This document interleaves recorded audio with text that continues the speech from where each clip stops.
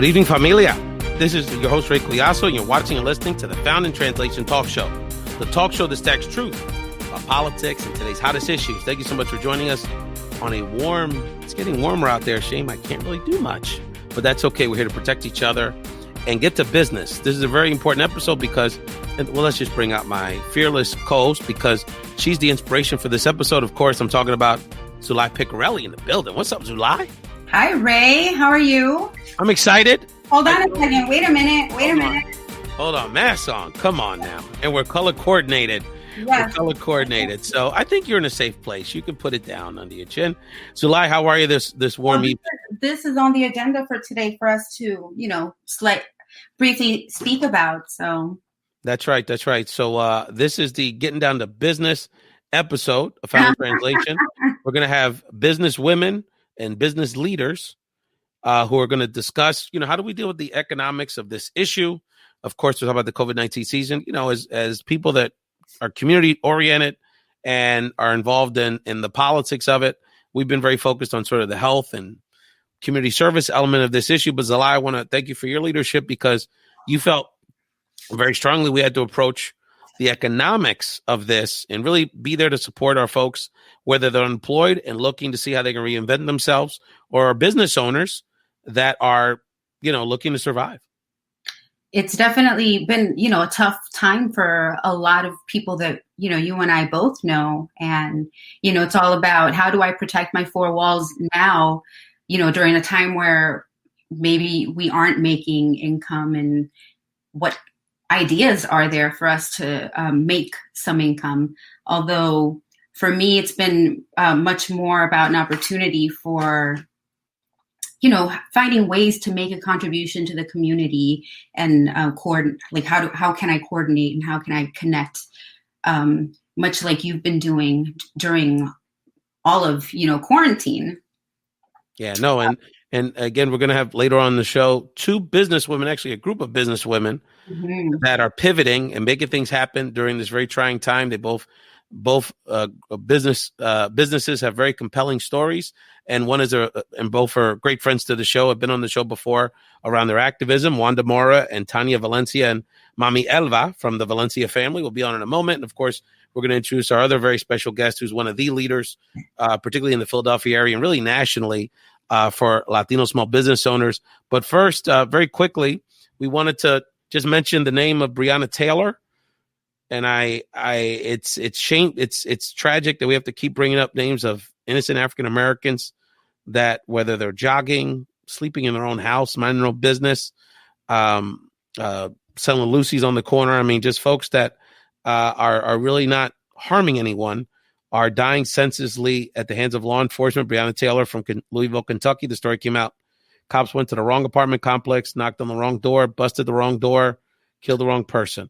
So Sulaih, I know we wanted to just take a moment to honor her memory, and people hear from me all the time about criminal justice issues, but wanted to give you the floor to share any thoughts you have on this situation.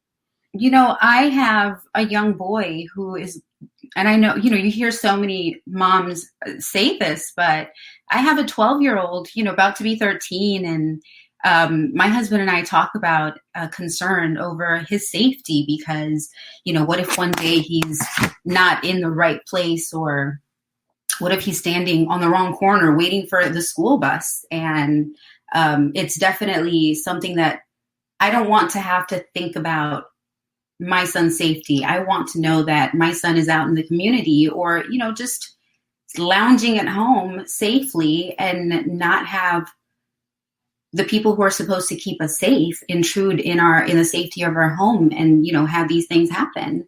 I can't understand. I don't understand. And we, as we've shared, myself and Zoe Colon, the host of the Tuesday shows, spent some time talking about this earlier in the week. You can check out the archives at Found Translation's YouTube page on that. But, we spoke about, why it's very important for Latinos in particular to stand in solidarity with the Black community, the Ahmad family, the Taylor family during this tragic time.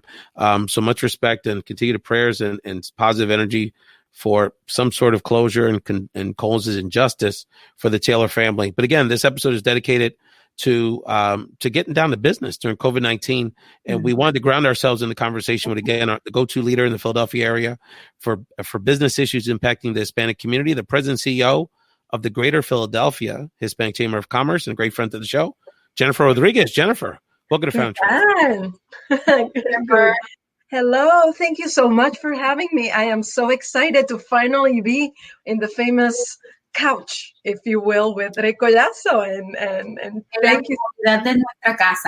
Jennifer, you did have to wait, and that was longer than expected. I remember when I first started this journey many years ago, I sat down with you. You gave me some great advice, and I probably should have taken more of it. But at the same time, this is a great time to have this conversation, and the show has really created a very good community of like-minded people, many of which live that are part of your network and with the Greater Philadelphia Hispanic Chamber of Commerce. Jennifer, I'm actually going to tee up my co-host, Sulaih Picorelli, because before we get into some of the details around the work that you're doing to support, consult small business owners, you have a great local campaign to support our restaurateurs that we want to talk about.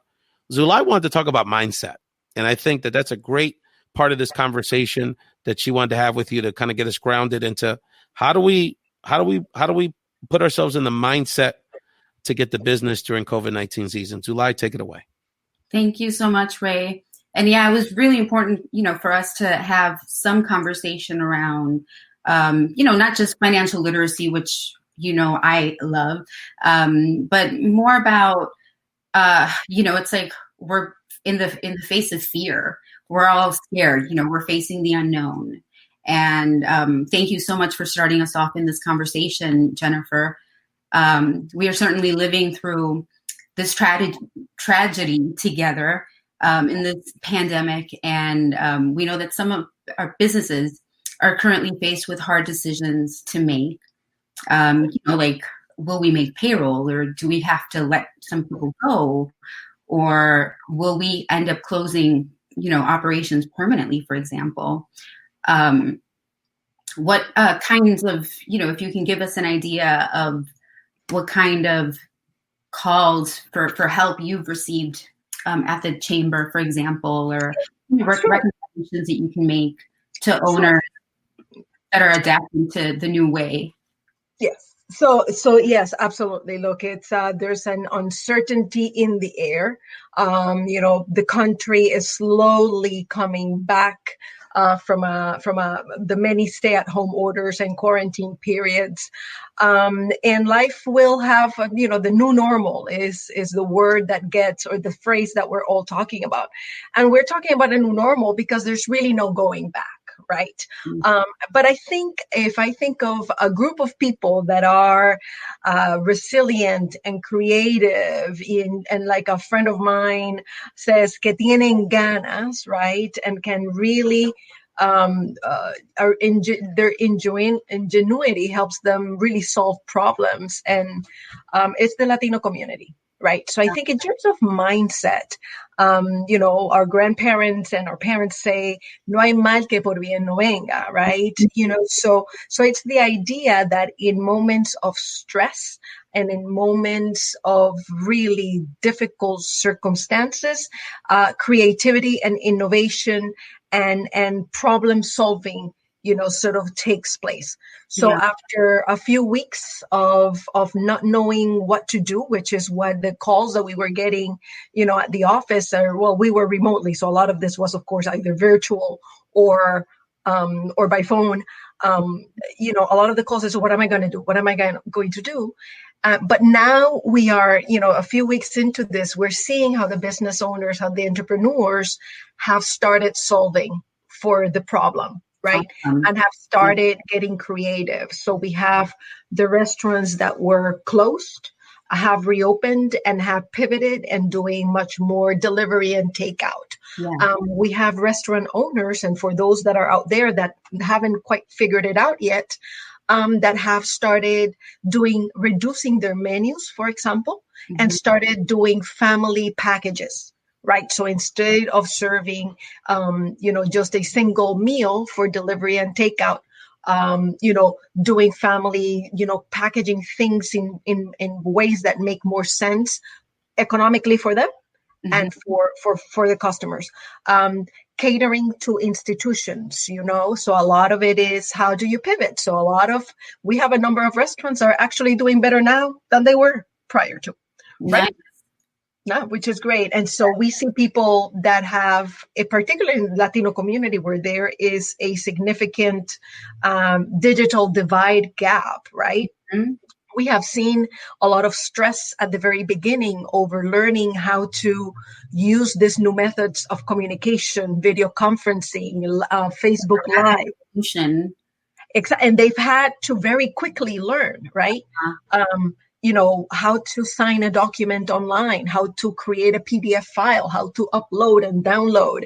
And I think that in many ways, those skills, of course, will remain with us. And those are the skills we need in the new normal, right?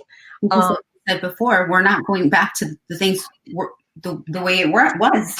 Absolutely. And in so many ways, a lot of businesses are also saving money, right?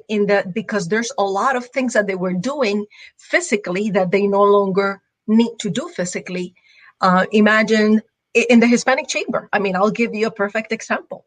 We are working remotely. We used to spend between $200 and $300 a month in transportation costs, coming and going from meetings. Well, we're having the meetings now remotely. Mm-hmm. So that's $300 a month that we are no longer spending, but we're being just as effective, right? Yeah. So that translates into many, many businesses now. Of course, there is a great number of Latino businesses that don't have the luxury or whose business models don't quite adapt as nicely. I'm thinking about the beauty hair salons, child care facilities, some bodegas, some grocers, some, restaurants and bars. Differently, do you think? I mean, I know it's not a one-size-fits-all solution, but... Well, I mean, I think we as a society will have to come to some sort of balance, because the reality is that if we want a working economy, particularly as it relates to essential workers, we have to solve the childcare problem. Mm-hmm. We have to solve the transportation problem, right? So we are necessitated to come up with some solutions that are viable. Because it's just otherwise the economy won't really work at its most efficient, right? So I trust that the brilliant minds will come together.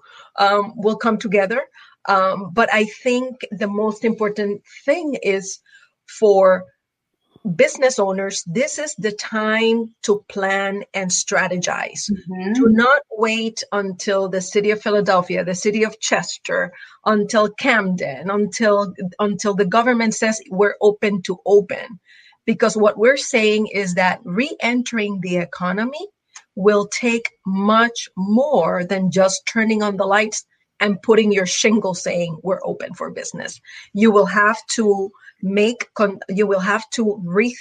retool, reorganize, restructure your business in many ways, or many businesses will have to, right? And I mean this because of the technology, wave, that implementation that, the first group got a chance to implement and have been added for 10 weeks now, 8 weeks. Well, mostly I would say that it comes from 3 sources, right? You have the regulatory environment, government, public health departments, licensing and inspections, OSHA, FDA, CDC, all of them will have regulations and recommendations, and there will laws be passed related to how you can conduct your business or how you cannot conduct your business. And that will affect a lot of your operations, ultimately affecting your bottom line. So you really need to do the numbers. Number 2, they are the expectations that customers will have and the confidence and trust that you will need to regain with your customers. Are you operating in a way that protects the health and safety of your customer, right? And thirdly, it's the employee, right? For those that have employees are going to expect and perhaps even demand certain conditions before they return to work. And the government certainly will want to protect the employees, right? Mm-hmm. So as an employer, what are you doing? How are you planning for that? Are you going to have to provide, I don't know, social distancing inside your business? Can you do that? Can your business continue to work remotely indefinitely? What are you doing about sick leave? I'm really hoping that people aren't waiting, to, for example, buy a mask, because you're going to be out anyway. So there are some things that we could be taking care of at a personal level. And then this is where the whole mindset shift has to happen personally. Because we can't just wait for others to do for us when you could be doing a little bit more for yourself. Absolutely.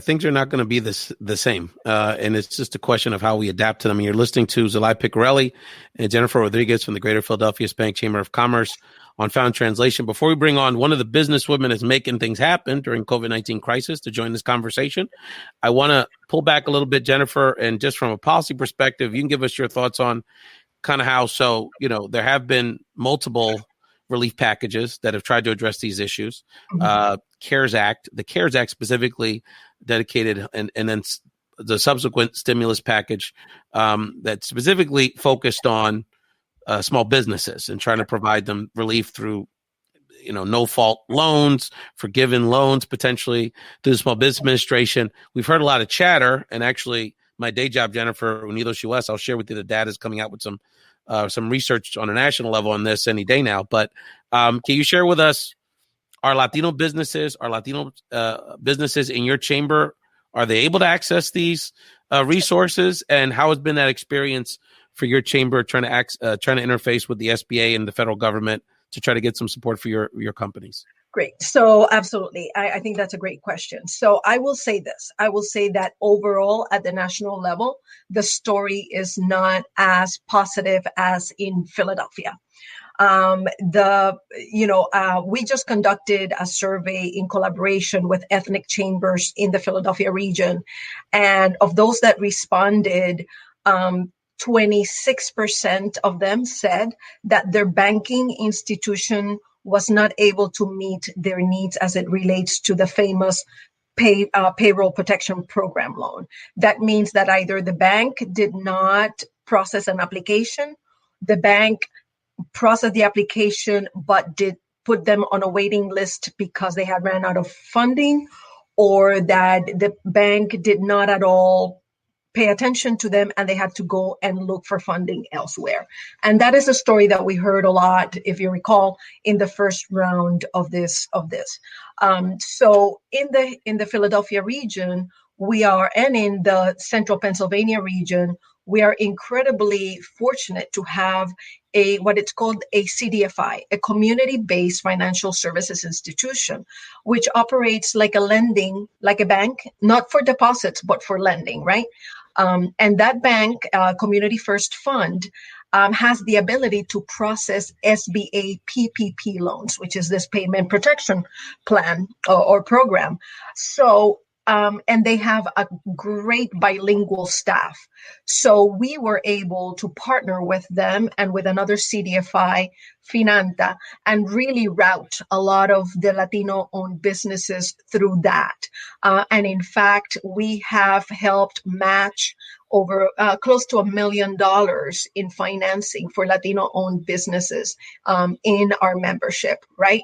But that is not the case everywhere. In most other locations, Latino business owners do not have a CDFI with SBA lending capacity, right? Now, on the second round, that was helped. Right. The second round really has enabled more small businesses, including those Black and brown businesses, to access the capital. But what we know is that this crisis is a cash flow crisis, and every day counts, particularly when we understand that the average small business does not have more than 2 or 3 weeks of reserves in the bank. Right. And we are now on week 10 or something like that. Week 10. So exactly. Right. So if you have 3 weeks and you don't get your money until week 10, that is 4 weeks too late. Right. So the essence of this is really about how fast can you get the money into the hands of the entrepreneurs and how easy can you make it? You're listening to Jennifer Rodriguez on Found Translation. Jennifer, your your experience with this, working with CDFIs and working with the lenders, the community lenders in the state, very much reflect what we're seeing all over the country. So from a Latino perspective, there's very much a dynamic, even amongst the Latino business community and the nonprofit community, which also was eligible for these resources, sort of a have and have not. So the bigger Latino businesses that had relations with bigger banks tended to, have a relatively easier experience than the ones that frankly, didn't have a CDFI in their community. And the biggest feedback, Jennifer, so what your experience is very relevant to this national conversation, because the biggest feedback we've gotten from that sector of our community is that we want this money to go through CDFIs for our bodegas and our smaller businesses. So this is definitely in line with what we're talking about. And again, you're listening to Jennifer Rodriguez on Found Translation. Let me bring back, let's get Wanda here. We want to bring on one of the business owners that's dealing with these issues. We finally got her back, which is great. Sorry, I was having a little trouble. That's okay, Wanda. No worries. So let's get Wanda Mora in this conversation. People in the Philadelphia area no need introduction. Wanda Mora, one of the great businesswomen and philanthropists in our community. She's one of the great stylists. Has a wonderful salon in Cherry Hill, New Jersey, and got a lot of media attention, particularly locally, but also nationally. One of David Begnat's homies. Got a lot of attention nationally for her leadership around disaster relief from the island of Puerto Rico. Wanda Mora, welcome back to Found in Translation. Thank you. Great to hear from you. So, Wanda, why don't you share us with the audience your story? Successful businesswoman in the beauty industry, one of the industries hardest hit by this whole situation. Yeah. And you're finding ways to make lemonade out of lemons. Yeah, making a delicious lemon pie. There you go. So share with the audience the story of how the last few months has caused you to pivot your own business. Well, I mean, it has hurt us tremendously. All of a sudden, and let me just tell you, let me preface by saying that March through June are our busiest months in our industry, even more so than the holidays, believe it or not. Proms, graduations, weddings, in addition to, everyone wanting a change for the new seasons, etc. So we went from, our successful business to zero in just a matter of a few hours. And, we have been impacted greatly, and we're even more so impacted because we're not the type of business that can have a curbside pickup. We did do the color kits, but even that, we are a service industry, and people want the service. They can go pick up a color kit at CVS. You know what I mean? It's not the same thing as having it applied and shampooed and and serviced. So we're not the kind of business that can. I mean, we can be creative, but it's not as easy as selling something curbside. Yeah. It's not that easy. Exactly. Sulaih, I know you're curious about how Wanda's made this pivot, and you had a question. Well, I'm always curious about that moment where, the idea was born. Can you tell us about that? Like, I know that what's propelling all of, you to start this new phase of your business, but can you tell us of that moment where, this is it? Which one are you talking about? The masks or my business? The masks. Yeah. Oh, the masks. Right. I was raised with a mother that was very resourceful. We were raised, we come from very humble beginnings, and my mother taught us how to survive in this world, and she taught us how to sew as young girls, and how to cook and all that other stuff. But this idea came up because I think I got ahead of it before it became, now everyone sells masks. But at that time, I figured I'm going to be home doing nothing. So exactly. I also have the type of personality where I have to, always be doing something. So I went on YouTube. I found a video that taught me how to make a mask, and I added my little flair to it, and the rest is history. I mean, I started it with the intention of just donating. So, you know, I pledged on live TV. I pledged 100 masks that I would make to donate, and that's how it started. It's just like with Puerto Rico. I started with, I'm going to collect $10,000. The $10,000 turned out to be 400,000 in money and provisions. So, you know, you just have to start with a little faith. And start small with the idea. I mean, you know, you can't get too ahead of yourself, and you can't, you know, dreaming big is about trial and error. It's about not being afraid or fearful of failing. You know, you just go for it and hope for the best. Put your all into it, and that's just what happens. I said, you know, I'm not going to be doing anything. I'll go to Walmart, buy some fabric. I went and bought some fabric. I bought it all up and made these masks and donated them. And then, you know, everybody started saying how nice they were. And then, can I buy some off you, the public? And I just started, you know what? Why not sell some? And then my business is closed. I'm hurting financially. The SBA, for small business owners, the SBA will help you with your business, but they're not helping you with your personal bills. And we do not qualify for everything that everybody else qualifies for. So I needed something to sustain me financially until we open again for my personal. I'm feeling that soon Wanda's going to say COVID was a blessing in disguise. For who? For you, Wanda. You know, there's like this whole opportunity that you started this brand new business, and you're also helping people. It's like you found an opportunity to solve a problem, and the money followed you. Yeah, I think just like with everything, you start with love. You start doing everything with love, and everything else will follow. You know, you put into your craft.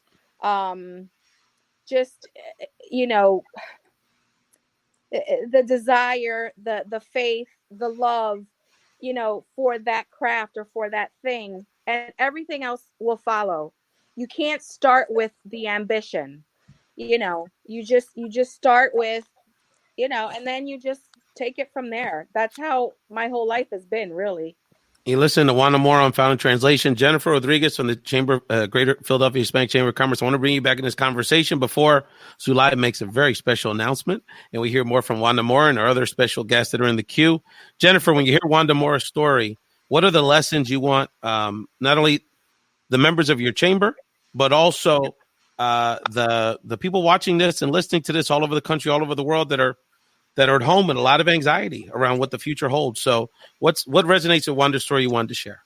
Well, what comes to mind is the word resolver, right? And so when people talk about innovation and technology, ultimately is about solving a problem, right? And there was a problem. There was a problem of lack of masks, lack of personal protection equipment, right? And the idea that somebody has skills like Wanda, and is somebody that is a go-getter and decides, I am going to solve that problem. And in solving that problem and being charitable about it, right? Because the idea was to provide and donate them because there's a need in the community, right? You do that. And in return, what you see that there's an actual true demand for that, not only for it to be granted, right, or gifted, but for people to acquire it at a price, right? And if the quality is good, and if the entrepreneur behind it is doing the right things and preparing and planning, then there's an opportunity. You can be opportunistic about it, right? And so my question to you is, and what I post to all, you know, a lot of the entrepreneurs that we work with is, what are we thinking about the next 6 months, 12 months, 18 months, right? And not only on your beauty salon, which is going to be a very tricky and very complicated process of reopening. But then does the mask production have a life of its own that can move on forward, right? And beyond. And that becomes now manufacturing, right? And so manufacturing comes with a whole different set of opportunities, right? And constraints, right? But in manufacturing, there's a lot of opportunity in manufacturing, and there's very little manufacturing in the Latino community.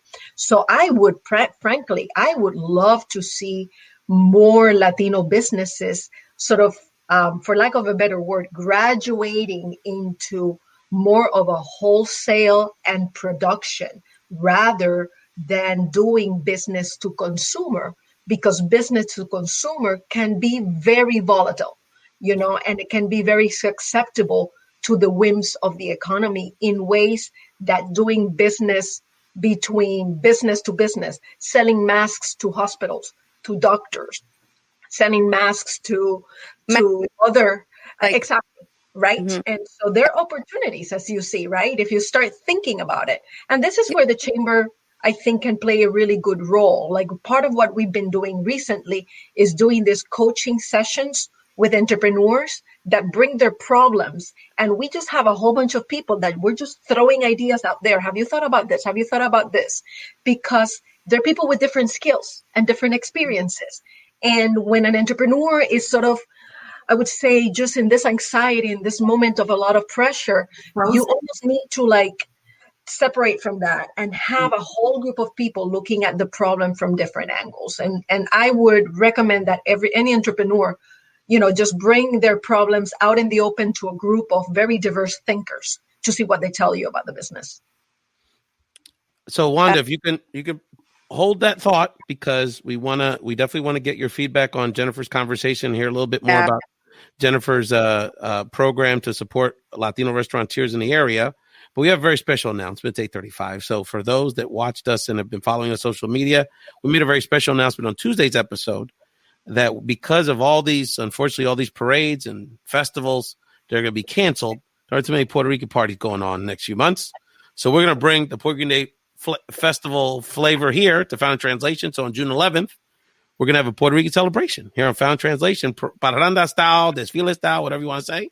So Sulaih is going to now announce what the name of this episode and this spectacular is going to be. For those that didn't see our anniversary show 2 weeks ago, we had Frankie Negron, Pablo Batista, a lot of celebrities. 2 of those performers have gotten paid gigs from appearing on the show. So we're trying to give the love back to our artists.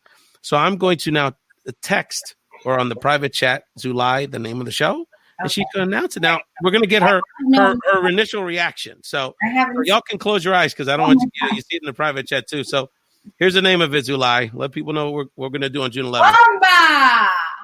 I love it. Bomba Puerto Rican celebration. Bomba Live virtual Puerto Rican celebration on June 11th. That's hopefully, so fun. Oh yeah, we're gonna have a good time. We're gonna have what we really like about what we did with the anniversary. We want to replicate is obviously we're gonna have entertainers and singers and artists, but we also want to incorporate leaders in the community. So we're gonna be honoring Puerto Rican leaders. 1 or 2 may be a part of this conversation now. Who knows? We'll see. But that contribute positively to our community in their respective fields throughout the country. We're blessed to have a great network of leaders that we know, not just in Philly and New York and the East Coast or Florida, but truly throughout the country. And so we're going to get the people on the island diaspora involved. So I hope y'all put it on your calendars, because we're going to have a great time on June 11th, the Bomba Live virtual Puerto Rican celebration. You may see a logo. Where can we find more info? Well, they have to go to Found Translation social media handles, where our handle is FIT_talk show. And our YouTube page is youtube.com/race podcast. And Bomba Live will actually have social media handles starting tomorrow. So look out for those, our logo release tomorrow. Jennifer, before we let you go and introduce our other panelists, just any thoughts? You have a great initiative going on. Yes. To support our restaurateurs and our entrepreneurs in the chamber. Let people know about it and how we can support it. Yes, absolutely. Dine Latino Takeout Weekend. It's really intended to help Latino owned restaurants in the region and really anywhere, wherever you are. The idea is Latino restaurants, of course, are being affected significantly. This is where a lot of our families and a lot of our neighborhoods derive their income and their wealth. And so while they are waiting to be able to fully operate, we can always promote their takeout and delivery where they are available. So you can visit our website, philahispanicchamber.org, where you can log into the page for Dine Latino Takeout Weekend, and you can find the list of participating restaurants. But frankly, any Latino-owned restaurant in your neighborhood is a great opportunity to support. Our hashtag is Latino Takeout or hashtag Dine Latino. Buy from them, order from them.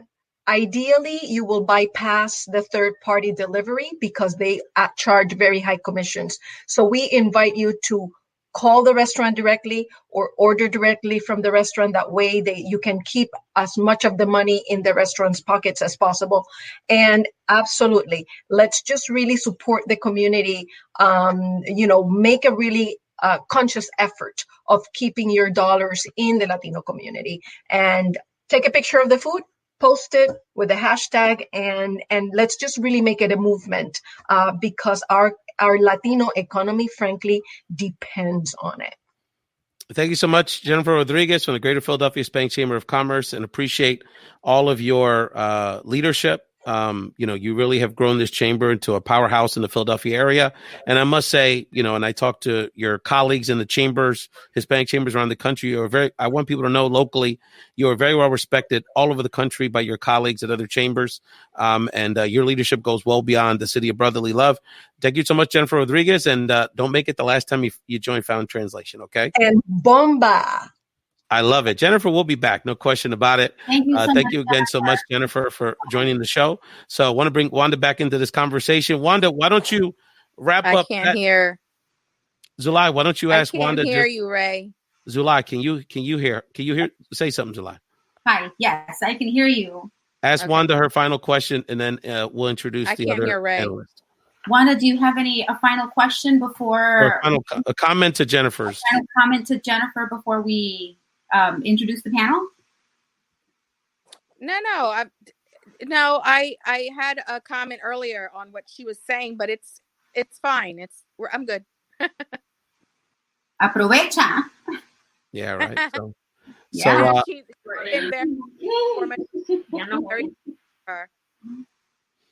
So we wanted to bring on another family. This is truly a family affair on Found Translation. We want to bring another family that's gone through a similar journey to Wanda's, but one that is extra special because of it's a unit, a true family affair. A great friend to the show, Tania Valencia, y Mami Elva is with us. Welcome back to Found Translation, Tania. Thank you. Happy to be here. So I'm Tania, and this is Mami Elva. She's our grandma. Hola, ¿cómo está? This is Jessica. Hey, so yeah, we've been making masks. My grandma has been making masks for about a month or so now, and I'll just let her take it away as far as talking about how this started, a little bit about herself. Si le quiere decir a la gente un poquito. Sí, si quiere hablar español, el idioma que prefiere, no se preocupe.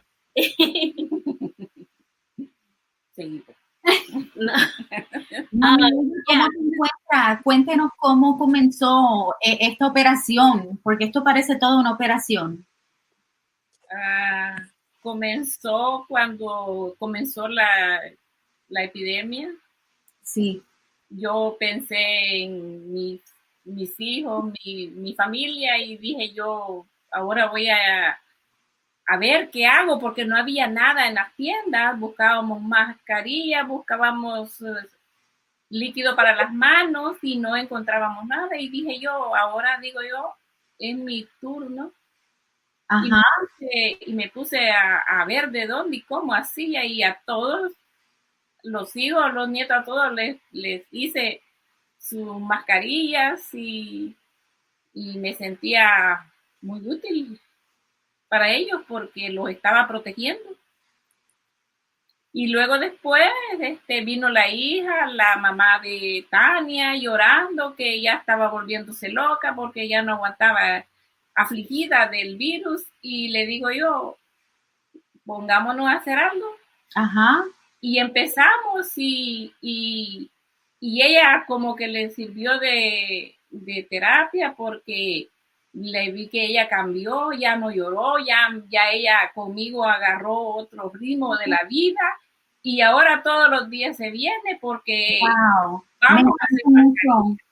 y han ido por varias partes de los Estados Unidos, Alaska, las mascarillas que hemos hecho y bueno, nos ha ayudado porque nos ha quitado un poco de todo esto que sentimos de esta epidemia que un poquito y nos volvemos locos. Ajá. Pero me resulta tan... es que usted también escogió ver una situación como una oportunidad y me encanta de la parte de su historia en donde la otra persona viene ahora a su casa y le ayuda también a hacer las máscaras, porque pues ya usted también le está dando como, no sé, motivo a otras personas. Siento que fue útil para ella porque emocionalmente le ayudé. Ajá. Bastante le ayudé porque yo sentía que ella ya estaba perdiendo ya el control. Sí, y muchas veces eso nos ha pasado durante esta pandemia a muchas personas y es tan importante mantenernos conectados a nuestros vecinos, a nuestra familia, de la manera que podamos, claro, pero mantenernos conectados pues para así mantener nuestro estado de ánimo y vemos los frutos que está rindiendo en usted y en su familia también. Sí, porque sí nos ha ayudado bastante. Yeah, and it's like it's pretty, you know, I think it's this time period is like really hard on everyone, right? Like yes. We've seen it in our family. I know, you know, the viewers have probably seen it in their families as well. Here where we're at in Northern Virginia, Latinos here are 9% of the whole state. But as far as the cases go, where we're at, we're up to 60% of the cases. Latino folks here are representing 60% of the COVID cases. Wow. So that is not, there's nothing normal in that. And it's like the longer the time period has been going on with this crisis, the more we've been hearing about like family friends and people that we've known that have gotten the virus and for the most part have recovered. But it's like the degrees of separation between us and the virus is just, we're seeing it's getting smaller and smaller as the time goes on. But at least for the time period, you know, this gives my grandma and it gives my mom and it gives Jessica something to, you know, work on, something to about. And I think it's like, this definitely helps, obviously, you know, like their wallets during this time period, but it does so much more than that as well. It provides what my grandma said, like some sense of even like therapy, because it's like an outlet to be able to produce something. And, you know, it's really, this is coming out of like a place of love, like Wanda was saying earlier. This is us taking care of our community. This is us taking care of the people we care about and people that are sending us orders that we might not even know, but we know that they are in need of a mask because it's a scary time period for everyone. So this is really an act of love, even though it's, you know, been started in some way out of like some of the fears that we've been feeling personally. And you're listening to Tania Valencia and Mami Elva on Found Translation. I want to bring Wanda Mora into this conversation. Wanda, I know you're feeling what the Valencia women are talking about, my friend. So, and I know family is at the core. Your dear family is at the core of your journey. So just share us your reflections. I know there's a lot of commonalities to your story that you're hearing from these ladies. Yeah, I mean, when we were making masks in the beginning, it started like with them. So I'm loving watching them because it was, you know, my mom helping us cut because, you know, my mother had 5 strokes, so she's handicapped and can't do much anymore, but she was helping us cut. My sister and my niece, we were all sewing all together. It grew to the point where, you know, we can't be attached to the sewing machine all the time because I have a business. My sister has a job. My niece has a job and college. So we actually hired 3 seamstresses that were out of work. And now they make the masks for us. So I can now run the business. I still do all the shipping and all that stuff, but I am delighted to have met these women because it is very special when you can do something like that together. I would say just don't give things away though, because I always feel like in the Latino community, we have a very hard time charging our value. And what I mean by that is we shortchange ourselves a lot because of what others say about us. And we have the right to also, make a living off of that's. People don't understand what goes into making these masks.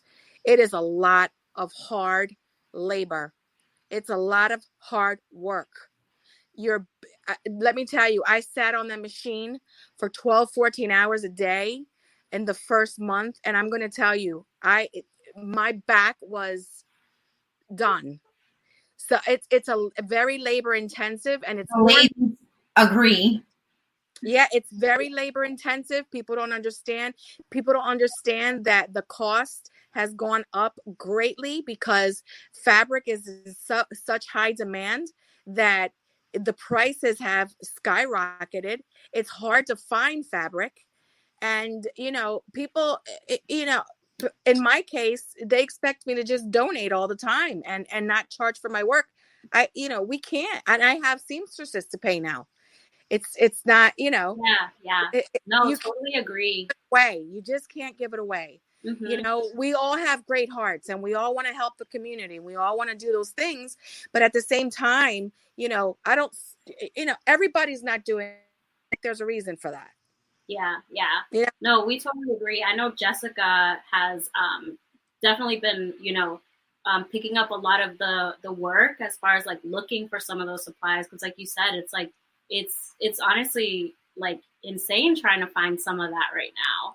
Yeah. Maybe before the crisis, it was a little bit easier, but right now it's like almost near impossible. But I'll let Jessica share from her perspective some of that stuff as far as like finding supplies.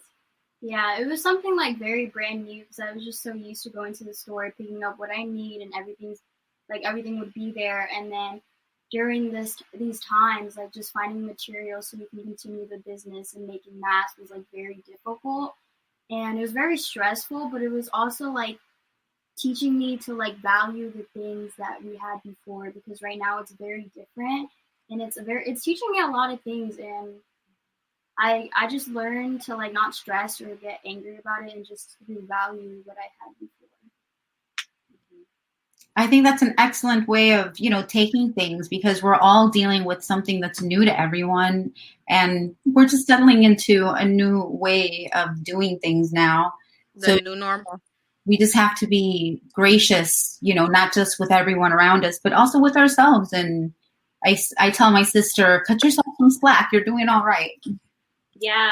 And I think, for me, like, I kind of, in my role, I more so just kind of like take the orders, right? And then I like pass it on to my grandma and my mom. But for me, even just like seeing the way that, my family and Jessica have like really like stepped up during this time period. Mm-hmm. They say like, when you're in crises, like it also shows like, the innate natural, like, talents and like leadership in people. Like I've definitely seen that as like her older cousin. We're like quite a few years apart, but like I've definitely seen her really like grow and step up, like as like, one of the leaders in like our family during this crisis. So it's been like really great to see. I'm really proud of her. This situation is definitely going to sharpen a lot of leader swords. So that's going to be fun to see. Doña Elva, cuéntenos si puede, ¿cómo usted ve que pues todo este negocio continúa en los próximos meses? what hope? How do you wish for this to grow? No sé, porque yo ya estoy cansada y Oh, no. con muchos años encima, digo yo, y bueno. Pero se acaba de comenzar. La vida acaba de comenzar. Esto va a ser por un tiempo, porque ahora ya todo pase, ya no se van a vender. Ahorita porque no se encuentran, es bien difícil y las desechables. Recuerde que comienzan las clases pronto y los niñitos necesitan su mascarilla. Bueno, vamos a ver. Aún no sabemos si van para la escuela, pero en caso de que sí, van a hacer falta.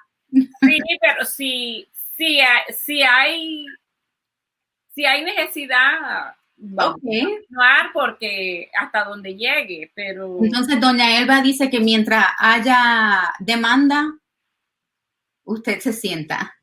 Sí, mientras haya, yo me siento ahí, y aunque ya en la tarde ya no aguante. Yeah, and I think it goes back to what Wanda was saying, like, people don't actually see how much, like, how labor intensive making these masks really are. Like, it is a lot. It takes a toll on the body. It's like, for your listeners out there, I'm sorry to interrupt, but for your listeners out there, can I just tell you, it's like, first you have to buy the fabric. I'm just going to take you like quickly through what you have to go through. First, you have to purchase the fabric, make sure that the fabric is the right fabric for these masks, okay? Then you have to bring it home, whatever like that. You have to cut the fabric. You have to make a pattern. You have to then cut the fabric. And you don't know how many times you have to sew a mask before you perfect it. Then when you perfect the mask, okay, it's in my case, it's 3 layers of fabric, and then I make a pocket for disposable filters and the elastic. You have to make sure that all the measurements of everything, including that elastic, is the right ones, because then it'll hurt your ears. Because one thing that people do a lot is complain. Oh, yeah. Yeah. You know what I mean? So you have to make sure that, everything, and then you have to sit there, and it takes a long time. I started with only 2 masks in an hour. That's a lot of time to put into 2 simple masks. Then it grew to 6 masks, in an hour. And then one day I made 60 masks. But I'm going to tell you, you have to sit there, sew them, and then you have to flip them, and then you have to do this. Then you have to organize all your orders and answer everybody take orders on social media. Then you have to take payment. Then you have to listen, and then you have to ship them. You have to put the envelopes and ship them. All that stuff costs money. The envelopes. And going back to what Jennifer was saying earlier in the show about them looking at manufacturing and, going larger scale, because like you say, making 1 mask at a time, that's very labor intensive.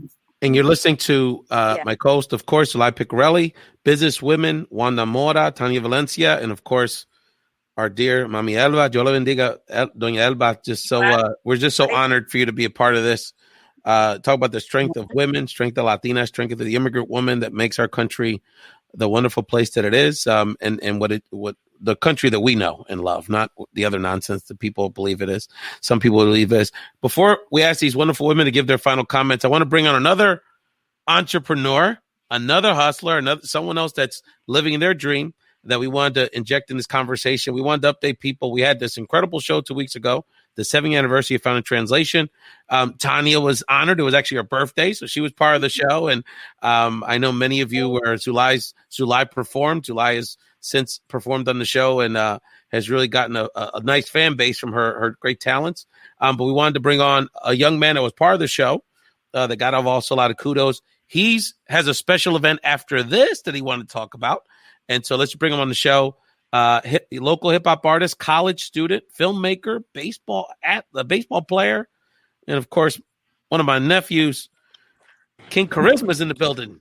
Marcus, welcome back to Found in Translation, brother. Absolutely. I'm glad to be back. I'd be here every week if I could. Okay, so let people know you have an album release party going on tonight on Instagram.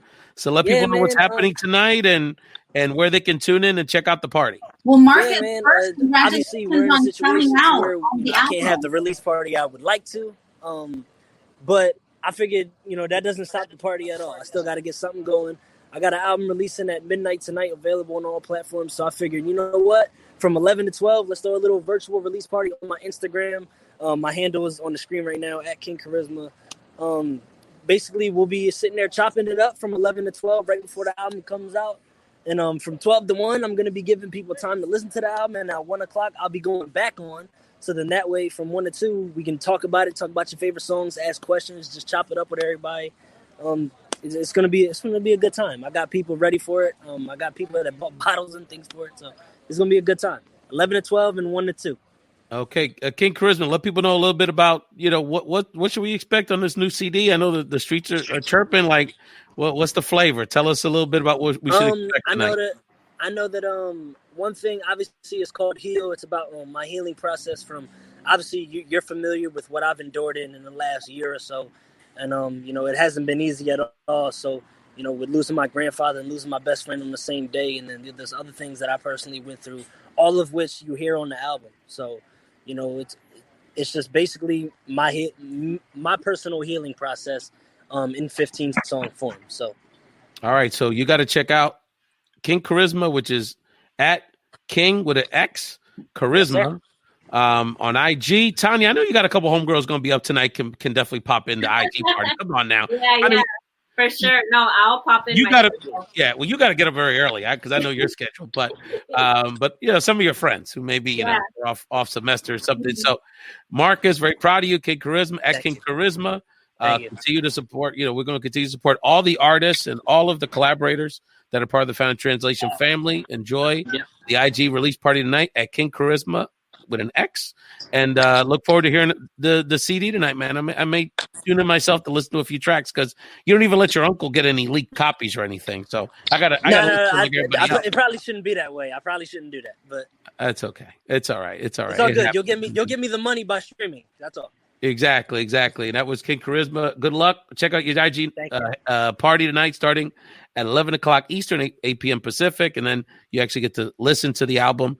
Or I don't know, what do y'all call them anymore? Albums, CDs? I don't know. I feel like I call them albums just because I came from a different school, so that's what I still call it. I don't care. You got an old soul, like he's a true Renaissance man. He's finishing up his sophomore year at Cabrini University. So much respect to all of our college students that are finishing up their semesters under some very trying circumstances. Best of luck, nephew. Keep up the good work, my friend. Jessica said it's still an album. Okay, well, if it's still an album, then for Jessica, then I don't feel so old. I want to make sure as we wrap up this show, any final thoughts? Let's start with you, Wanda. You're always a great inspiration, and I want to thank you again, because I know you continue to support Puerto Rico and a lot of your philanthropy and charity. So I want to thank you as como Boricua, entre Boricuas, que your leadership is very well appreciated and respected and admired. So just your final thoughts on this conversation, and let people know where they can buy mass and support your business exploits. Oh, thank you. Well, my website is moramasks.com. We're priced anywhere from $19 to $49. I know it sounds expensive, but everybody's into the designer masks right now. So the LVs and the Gucci's and all that, we have them too. So I was checking out some of the kid ones. I'm shopping, my friend. The kid ones are looking really, at really those. They like cute. those. Yeah, they're really cute. But I still donate. I'm actually right now in the middle of making, between my seamstresses and I, 150 masks to donate to CHOP, St. Christopher's. By the way, St. Christopher's, CHOP, and Ronald McDonald House. So we do still donate. So proceeds of what we sell, we also put into donated masks. So, my advice to everyone is just follow your dreams. Do everything out of love. Everything will follow. And you know what? Don't underestimate the skills that you have. I mean, this is something I remember growing up in Philly. My grandmother would she was a seamstress on Broad Street back in the days. And, these are talents and skills that are passed along from generations. And look how it's paying off. So we think, things that we don't value. And I think about, you go back to it, Wanda, like how many of our folks undervalue just our basic cultural norms, our food. I mean, look how many non-Latinos are making money off Latino food nowadays. I mean, there's just so many examples of how much value in my our house, culture brings to us. Option. That's right. That's right. It's the way you grew up. If you didn't cook, if you didn't clean, if you didn't sew, ahí venía el chancletazo. You know what I mean? Exactly. So exactly. It's just it was very cultural for me, and I'm proud of that. Absolutely. Tanya, let's get you back in Yeah, you just made us chuckle. Mami was giving me quite a few chocolatazos, probably. Tanya, jump in here. Give us some final thoughts, and if Elva and Jessica want to say anything else they'd like to share on the Found Translation. Very inspirational, your whole family, Tanya. We're very proud of you. Yes. Love the abuela. Oh, I love her. Yeah, I love her, Elva. I'm gonna follow Elva. I'm gonna follow Mass by Mami Elva. I love Mass by Mami Elva. I love it. I have to take a few pointers from you, Wanda. But yes, honey, whatever you need, you inbox me. You hear me? Whatever you need. Let's make it happen. Thank you. Ray, I think like you really opened it up to like a final thought from me is like the talents that like Mami Elva has had throughout her life. Like she tells me so many stories about like what our papayeyo, which is her dad, like would tell her as she was growing up, that like she had un don is what he called it. Like she had a gift, and ever since she was younger, like she would make my whole family like pants and dresses and everything that the family needed. She pretty much would make.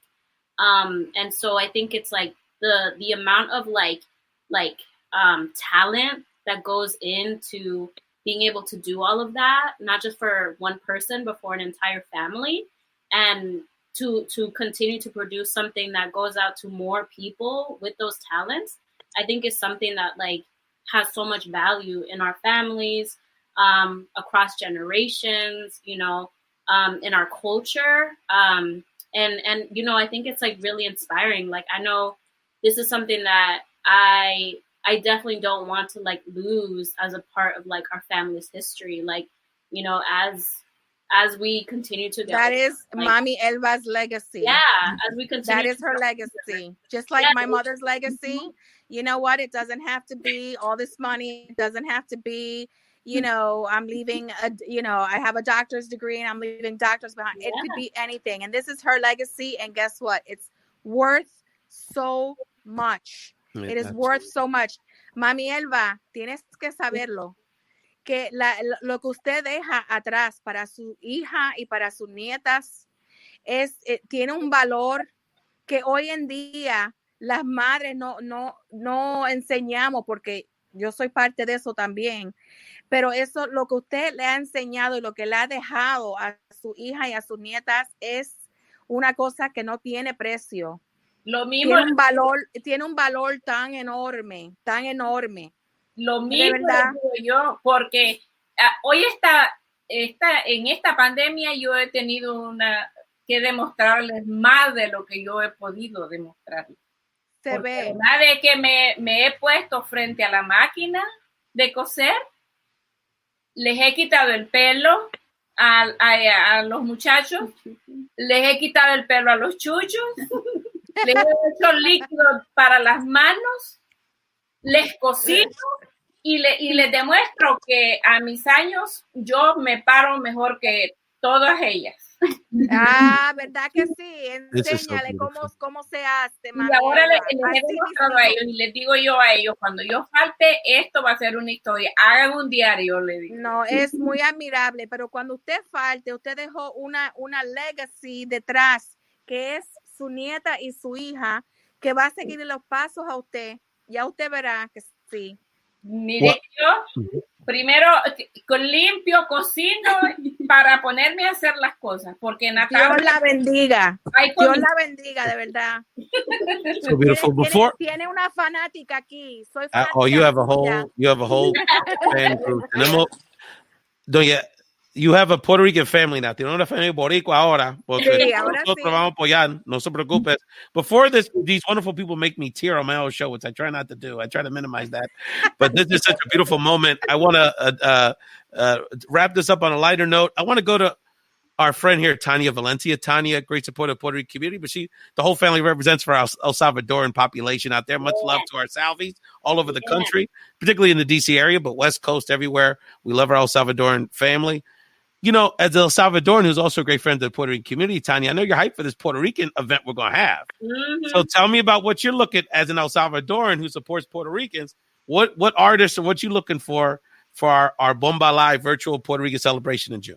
No, I was just telling my grandma when I saw the comments, I was like, Mami, van a hacer una fiesta puertorriqueña. Tenemos que llamar. We have to call in.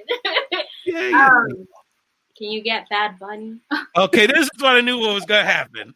You got to go for the hot guy. He's on the cover of Rolling Stone. I saw. Bad Bunny is on the cover of Rolling Stone today. Oh, yeah, he's huge. He's humongous. Yeah. Came out with a new album this week. Did a 5-hour Instagram live to just play his old album, which is like 3 months old or something.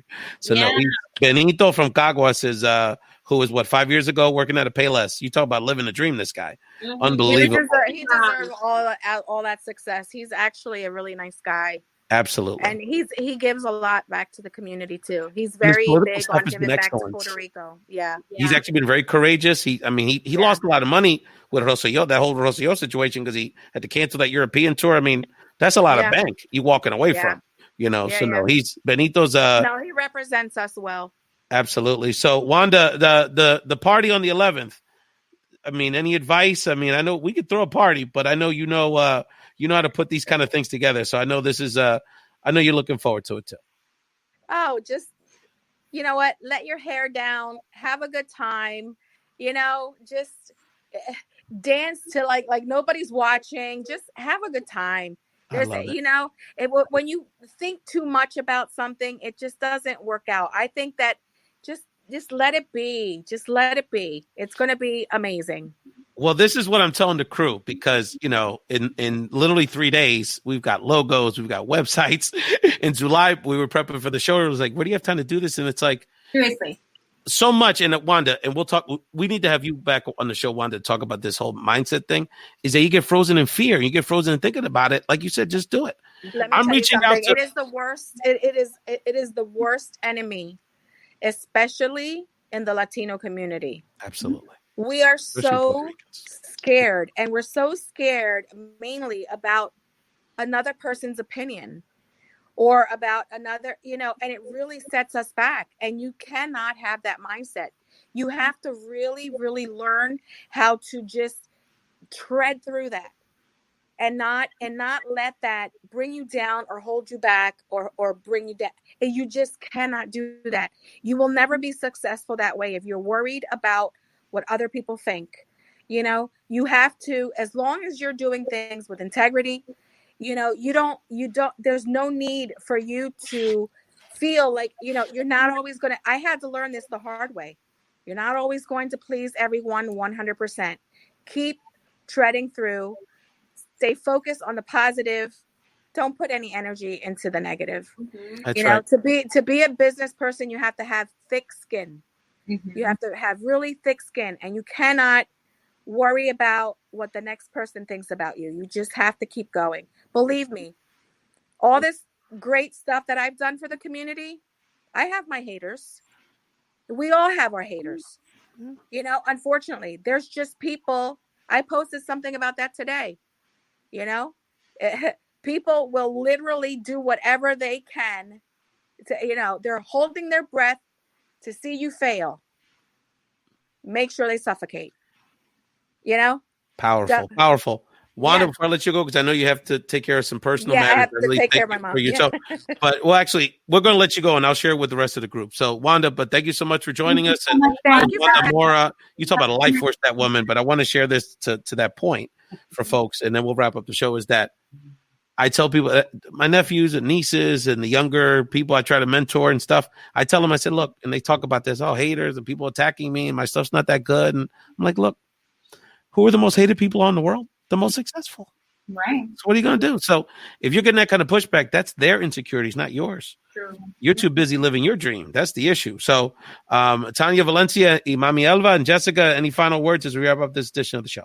Yeah, I think I said my final words as far as like that value, you know, and what it means, you know, Mami Elva's talents and the value that it brings for like generations into our family. But I'll let Mami Elva and Jessica, who's been like a powerhouse in this, also, you know, take up some last words. Si quiere decirles sí, algunas palabras finales, por favor. Pensamiento, últimas palabras. Sí. Algo para la audiencia.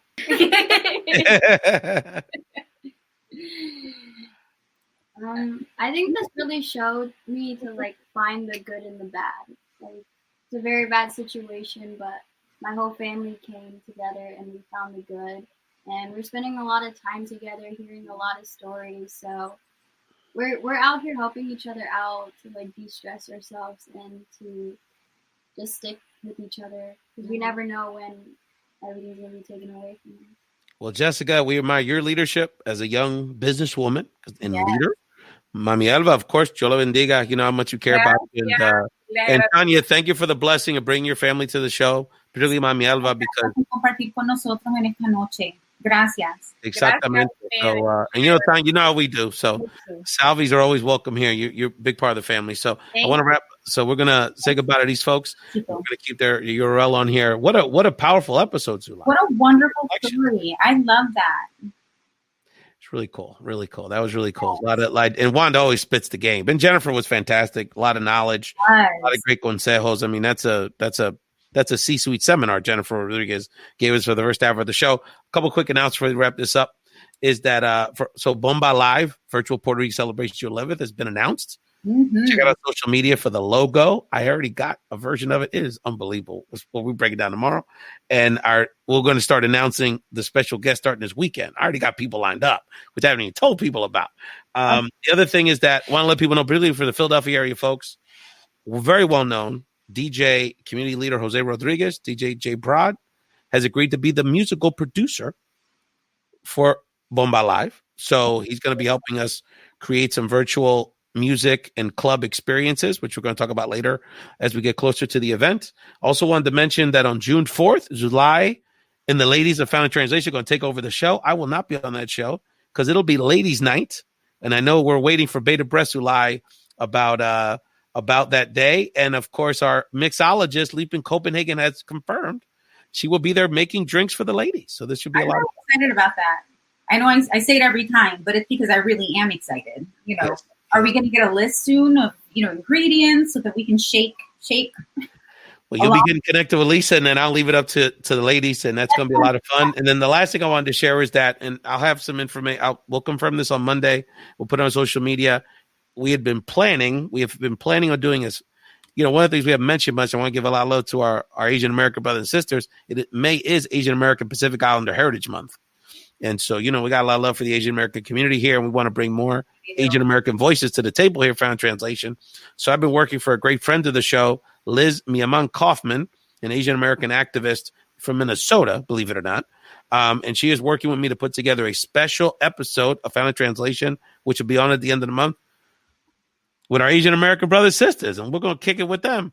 That's about the issues of commonality between the Hispanic and Asian American community, and just celebrate the Asian American contributions to the country. Yeah. I'll tell you what, we don't got a health system, we don't got business, we don't got Google. There ain't much going on here with this country without the contribution and the diversity of the Asian American community. Much respect to our API fam. So Liz Miaman Kaufman, she actually. Anyway, but she's been going through a lot with this whole COVID situation. So I wanted to make sure she was in good health and available. But we will be doing the show at the end of the month, so look out for that announcement. Sulaih, anything else? This has been I'll tell you what, Wanda and Mami Elva almost had me tearing. That was a great moment. Saw that. Me di cuenta. So Sulaih Picorelli, thank you so much for joining for hosting the show. I'm doing better. I'm letting you do your thing, and you did a great job interviewing our guests, particularly during the Mami Elva segment. Thank you so much for joining Sulaih Picorelli, and thank you so much for joining Found Translation family. Bomba Live Puerto Rican celebration. Thank you so much.